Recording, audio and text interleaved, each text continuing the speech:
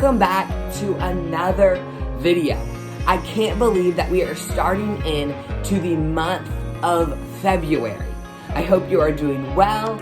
I hope you are ready and expecting to hear from the Lord. This video is not mine. It all belongs to Him. And so with all of that being said, let's jump right into the video. It reads in 2 Peter chapter 1, verses 3 through 4. His divine power has given us everything we need for a godly life through our knowledge of Him who called us by His own glory and goodness. Through these, He has given us His very great and precious promises, so that through them you may participate in the divine nature, having escaped the corruption in the world caused by evil desires. Now, I don't know about you, but when I read that first verse, there was a little bit of doubt that came into my mind, because I am a sinful human being, and I wondered, why, God, did you not protect me when I walk through a temptation? If it says in your word that you have given me everything that I need. But then in verse 4, it mentions this really beautiful word called promises. It says that through His promises, we can step into the divine nature and escape some of that corruption caused by evil desires.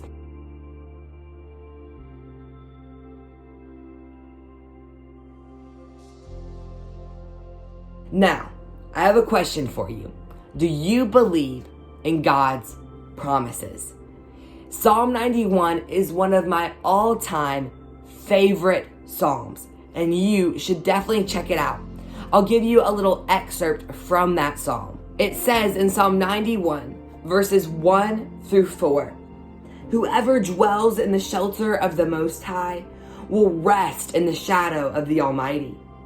I will say of the Lord, He is my refuge and my fortress, my God in whom I trust. Surely He will save you from the fowler's snare and from the deadly pestilence. He will cover you with His feathers, and under His wings you will find refuge. His faithfulness will be your shield and rampart." This chapter in the book of Psalms really highlights this idea of God's protection. It talks about that promise that God will always be waiting for you, that He will always be waiting to greet you, and that He just wants you to run to Him. And it highlights this very big battle that I think many of us face. We know the promises of God. We know what Psalm 91 says. We know that He wants to protect us, that He protects us, that He is our shield. We know that He loves us. We know that He will provide. And those truths that we know and we think that we believe versus our struggle, versus the thing that we are currently facing. And I think no story highlights this battle better than the story of Moses. You love him. You know him. That's who we're going to be talking about right now. Like you may already know, Moses was the leader who went to Pharaoh and asked for the Israelite people to be free. But before that, God called Moses, and God gave Moses this assignment.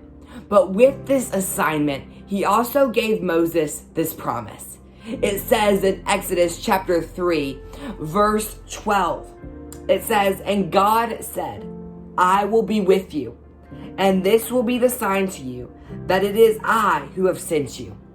When you have brought the people out of Egypt, you will worship God on this mountain." So God gave Moses this promise. And if you know the story, Moses goes to Pharaoh. He asks for his people to be freed. The Pharaoh was very stubborn and he wouldn't let the people go. But then after many, many plagues, Pharaoh finally decided that he would let the Israelites go. And so with all of this hope and with all of this excitement, the Israelites pack up with Moses, with Aaron, and they walk and they escape out of the land of Egypt. But then they come to the Red Sea. They come to this big body of water, and they don't know how they are going to cross it. And just to add on to the story, Pharaoh decides that he takes back what he said earlier, and he wants the Israelites people back. And so he gathers up his army and he chases back for the Israelite people. And so now you can imagine where Moses is. He's with his people and he's standing in front of the Red Sea, and murderers are coming after them. And so this is where we find ourselves quite often. We're in the middle of a struggle. We're at the Red Sea, or we have this huge army chasing after us. And we forget the promises of God. And what we have to do is be like Moses and remember the promises of God. And be like, hey, I remember when God said that he would be with me. I remember when I read Psalm 91 and it said that if I run to him, he would protect me. I remember when he said that he would provide for me, that he would make a way for me. And wrapped up in promises and believing those promises, it takes some faith. And you know what Moses did? He raised up his staff, and with that, the Red Sea parted. We have to take our faith and we have to take those promises that God has given us. And we've got to be a people that raises up our staffs in faith, knowing that God will make a way. Now, in this situation, it was pretty instant. I mean, he raised up his staff and the oceans parted. However, I don't want to give you the wrong idea. Sometimes it might take years before God moves that mountain. It might take months before he moves that mountain. However, I want to encourage you, to raise up your staff in faith, remembering the promises of God, remembering that he will protect you, remembering that he is still so good. And when we have this faith, there's so much comfort and there's so much joy. And with that being said, bow your heads with me in this prayer. And also remember, the prayer is in the description down below. Heavenly Father, we thank you for your promises. We thank you that your promises written in your true word are yes and amen. I thank you that they are unshakable, that they are sturdy. Sometimes we can catch ourselves in a place similar to Moses and the Israelites, forgetting your promises. Lord, thank you that you are the divine protection that we need from our enemy. We know that it is sometimes hard to believe when we are standing at the Red Sea. However, give us the faith to believe in your promise of protection and deliverance. We lift up our staff to you, asking that you would part the waters in your perfect timing. Even in the midst of our challenges, we love you and know that you are waiting for us to come to you. That when we come to you, you will protect us. That you will shelter us with your feathers. Thank you that you will always be there.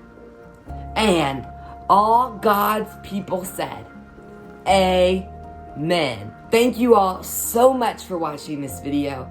I hope it brought a smile to your face. I hope this place was able to be just a safe place that you can come to and just be encouraged and to let the Spirit of the living God open up your heart and stuff some truth into it. Remember to raise up your staff. Remember to remember his promises. And with all of that being said, I will see you all in the next video.